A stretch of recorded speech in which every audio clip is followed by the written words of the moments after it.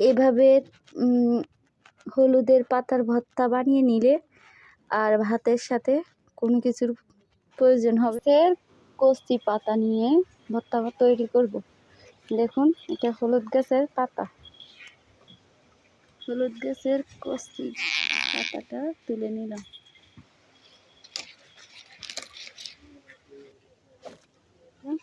এখন এগুলো ধুয়ে নিব।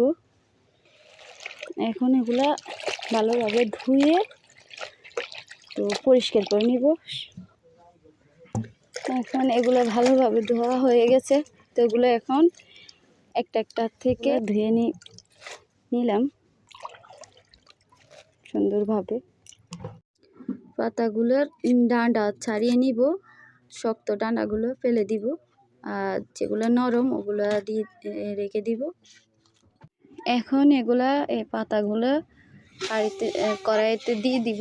তো এগুলো শুকনো দিতে হবে, জলে দেওয়া যাবে না। এগুলা ভালোভাবে লাড়িয়ে নিব, আর যতক্ষণ না এগুলা ভালোভাবে হচ্ছে ততক্ষণ এগুলা লাড়তে থাকবে। তো হলুদ ভর্তাটা অনেক স্বাদের। তো আসলে অনেকে হয়তো এগুলো জানে না, অনেকে হয়তো জানে। তো যেহেতু আমি জানি, আপনাদের সাথে শেয়ার করলাম। দেখুন কিভাবে এগুলা করব, শেষ পর্যন্ত সাথে থাকবেন, আপনারা এগুলা ট্রাই করবেন। তো দেখুন, এগুলা অনেকগুলো ছিল, এখন মুহূর্তে এগুলো অনেক অল্প হয়ে গেছে। তো এখানে এগুলো একদম নরম হয়ে গেছে, আগে যে গ্রান আসে হলুদে। এখন এগুলা তুলে নিব, থালে তুলে নিব। এখানে মরিচগুলো টালি নিয়েছি, তো এখন নামানোর ফলা। এগুলো এখন কুচাই নিব, সাথে থাকুন। এগুলো অনেক তুলতুলে নরম হয়ে গেছে। এখানে এগুলো ভালোভাবে কুচাই নিব। দেখুন, সুন্দর করে কুচে নিতে হবে। তো ভালোভাবে না কুচালে এগুলো ভর্তা খাওয়া যাবে না।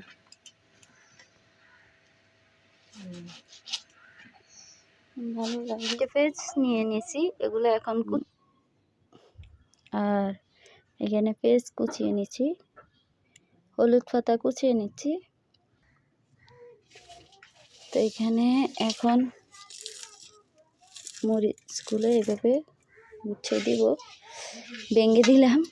তো মরিচগুলো ভাঙার পরে মরিচগুলার পেঁচে একসাথে করে এগুলো ভালোভাবে মাখতে হবে। লবণ দিয়ে দিব, আর সর্ষের তেল দিয়ে দিব। তো ভালোভাবে এগুলো মাখিয়ে নিব। এগুলো আমি খাওয়ার পরে কেমন হয় ওটা বলতে পারবো, কিন্তু এখন থেকেই এগুলো মন চাই এখন খেয়ে নিই। এত গ্রাম বের হচ্ছে, বলার বাইরে, যে অনেক সুস্বাদু হবে বোঝা যাচ্ছে। দেখুন, দেখতে অনেক পিটি লাগতেছে। তো আসলে এগুলা অনেকবার খেয়ে নিয়েছি, তো কখন আপনাদের সাথে শেয়ার করা হয়নি। তো এখন এইভাবে বানিয়ে দেখবেন, আপনাদের অনেক ভালো লাগবে।